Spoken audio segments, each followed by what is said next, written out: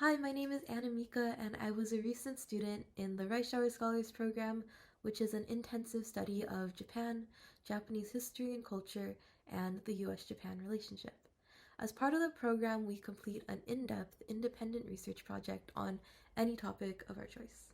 If you want to learn about what I chose to focus on for my project or just hear more about the RSP, you are in the right place.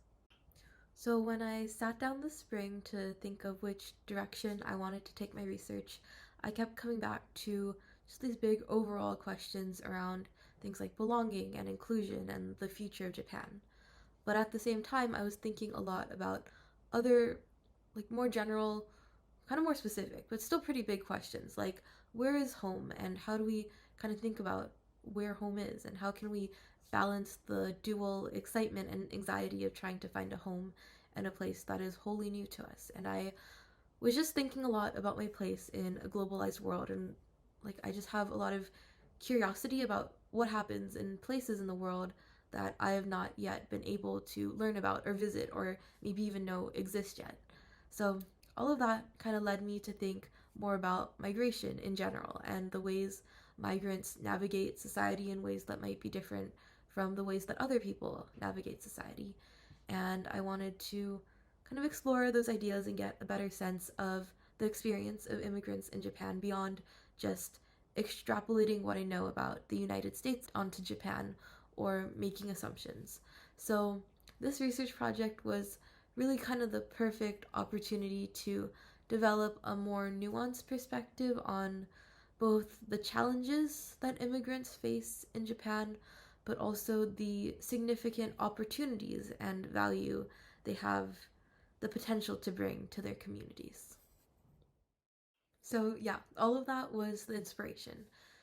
If I were to describe this research like a short phrase, it would probably be Japanese education and who we might be leaving behind. But then, as you can tell from this more elongated title I put on the screen, I do focus specifically on the experiences of immigrant youth in Japanese schools as a lens to examine education policy and diversity in Japanese society. I kind of start my research paper with a mini story. So, Mireille had been absent from her third grade classroom for 6 months.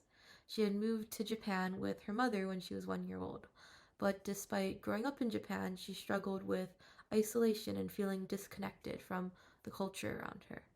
And eventually, she stopped attending school altogether. Mireille is just one of roughly 136,000 immigrant children in Japan. One thing I learned through my research is that the thousands of immigrant children and their families face unique challenges compared to the Japanese population as a whole. And importantly, when these students are absent from Japanese schools, potentially by the thousands, all students lose out on the diversity immigrant students would bring to their classrooms. So, my thesis, if you remember any big idea from this should be it, is that Japan has a responsibility to address disparities in access to education between immigrants and Japanese citizens because current policies overlook society wide benefits of diversity and inadequately address the multifaceted barriers to quality education that immigrant youth face. Just to give a little bit more background, both the UN Universal Declaration of Human Rights and Japan's constitution guarantee the right to education in their respective Article 26s. But upon kind of closer examination, there are ambiguities in Japanese national policies that create or allow for gaps that are detrimental to immigrant students' success in schools. As of March 2022, 9.9% of immigrant children were unaccounted for. So they just aren't really sure where they fit into the data, and that could mean that these children who are unaccounted for aren't going to school just at all, which is really concerning because attendance is important. When immigrant children do not attend Japanese compulsory schools or recognized international or ethnic schools, public institutions lose track of their well being. They miss out on critical services like counseling and nutrition programs that are often provided within the educational system. And this attendance inequality stems from no enforcement of the compulsory education requirement for immigrant children, based on an interpretation of Article 26 that considers only those of Japanese nationality, which would then exclude immigrants. And as a result, these unequal standards are applied to immigrant children, which then kind of reverberate throughout their lives as they receive inconsistent access and opportunities in school. So these kind of policy level differences have an effect on the actual human outcomes and the lives of these children, which is important to consider because Japan loses just a lot if such a significant portion of their immigrant children are not in school.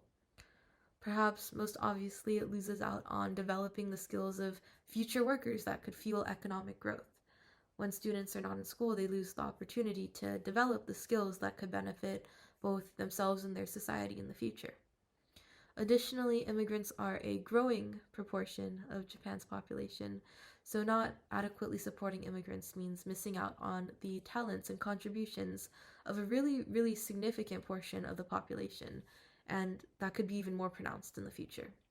It means that Japan becomes a less attractive destination for long-term immigrants, and that classrooms lose the energy and perspective these students could have brought to it. Relatedly to the classroom environment contributions, studies have shown that the benefits of diversity in education are pretty large in general. Through interactions with classmates who are different from them, students are encouraged to consider a more diverse range of viewpoints and think more deeply about the issues they encounter. And all of that brings me to my recommendations. But first, here's a quick overview of the problems or the gaps that my recommendations in a couple minutes are trying to attempt to address. The first thing I mention is the fact that many schools serving ethnic minorities are not officially recognized by the Japanese government's Ministry of Education, Culture, Sports, Science, and Technology. I'll just call that MEXT from now on because that's a long name. And they don't receive the same support or oversight as other schools as a result of that. And then I also wanted to point out again the no mandatory enforcement of immigrant children's attendance and no mandatory training for teachers related to anything like diversity or inclusiveness in education, which could be a contributing factor to schools not feeling adequately prepared to support immigrant children.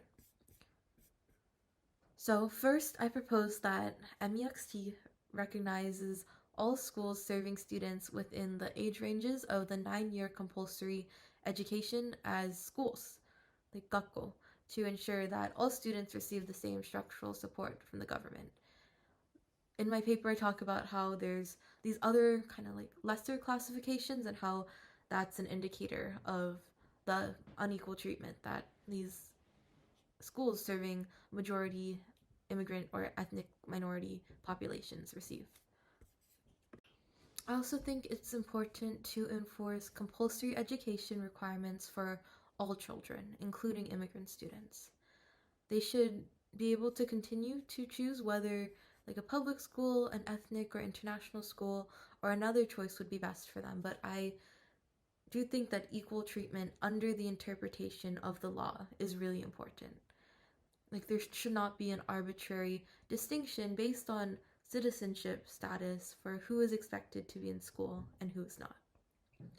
And then to address the current lack of any training directly relevant to supporting immigrant children, I recommend MEXT using its authority as a ministry in Japan to centralize training for school staff related to diversity. Kind of similar to diversity, equity, and inclusion training in K-12 and university level education in the US right now. In doing so, they ensure that all teachers access this training by kind of centralizing it and have at least a baseline introduction to how they might approach a growing population of immigrant students in schools. And they'll be more equipped with the knowledge of how diversity can positively benefit Japanese students. I anticipate that this kind of training would only be an introduction, but I do think it would be a much more widespread understanding of immigrant students' status in Japan and possible ways to approach education in the future if there was some kind of training system established. And then, as Japan approaches future unanticipated challenges or new demographic shifts, this model of more comprehensive and more standardized training for teachers would already be in place and potentially make the education system as a whole more resilient to future challenges. And then finally, I propose a more robust data collection system specifically related to the education status and outcomes for immigrant students, which could include publishing aggregate reports more frequently so that more recent statistics would be available since March 2022, where I pulled that like 9.9% unaccounted for figure from, or it could look like pursuing more concrete answers about where immigrant students are in Japan's education system, rather than kind of the more amorphously defined, like unaccounted for. And in general, more robust data is usually pretty helpful, and it could be a significant step in closing that gap between immigrant students and students of Japanese nationality, and being able to use that information to make more granular, relevant recommendations in the future. All right, so that brings me to the end of the slides. Thank you so much for sticking with me. Here, I just wanted to provide a brief description of the Reischauer Scholars Program as a whole. If I could describe RSP in one word, it would be interconnected. Everything you learn and each person you meet during this program truly does seem to connect in some serendipitous way, and looking back, I cannot believe how much I was able to learn and grow in such a short amount of time because of how many connections we were encouraged to form between people and ideas. Like, there are opportunities to meet eJapan students in a parallel program for an evening and talk about anything from what school is like in general to really thoughtfully consider what the ideal system of education is in the world. And then things we learn early in the spring about Japan's belief systems and the changes of the Meiji period and grappling with the legacies of World War II all can be connected in some way to a continuous historical timeline as we fill in the gaps. And then all of that in some way comes back when we are talking about contemporary issues. During this year's RSP, our group had 10 synchronous classes together. And even though they went by super fast, I was also amazed by how much depth and breadth our explorations were able to have, in part because of how this program approaches the interconnectedness of history and people. For me, as you can probably tell based on what I chose to talk about, the most impactful topic from the course was learning about Japan's relationship to immigration right after an entire module about its education system, and then being able to engage with our guest speakers in VCs to hear different perspectives about how Japan might approach future challenges. A really unique element of the RSP from my experience were those joint classrooms with high school students in Japan that help personalize these issues, and also just the amount of time we got to spend with really just amazing people who are experts connected in some way to each topic we explored. My advice for others interested in being a Reischauer scholar is to hold on to the curiosity that is making you interested in this program. Be super open to learning and engaging with all of the material, even topics you think you know well or you don't think you would be interested in, because everything is interconnected and there's always something new to discover. This program made me realize what is possible for a future that engages with questions and solutions that depend on the US-Japan relationship. I was always really interested in global collaboration and international relations, but also never really concretely knew what that could look like. So meeting so many people who have made that their reality, I definitely have been inspired to further explore many of the things I've been introduced to through RSP in my future. Thank you so much for sticking around for that super quick look into my research and some of my ramblings about my experience in the Reischauer Scholars Program. I would first like to thank all of my classmates for each of their incredibly kind and thoughtful discussions throughout the course. I am so glad to have met, and I learned so much from every one of them. I would also like to thank everyone who facilitates the RSP and each of our guest speakers because they're the people who make this learning engaging. I am just so grateful for the opportunity to be encouraged to do this in-depth research and cannot wait for what is ahead.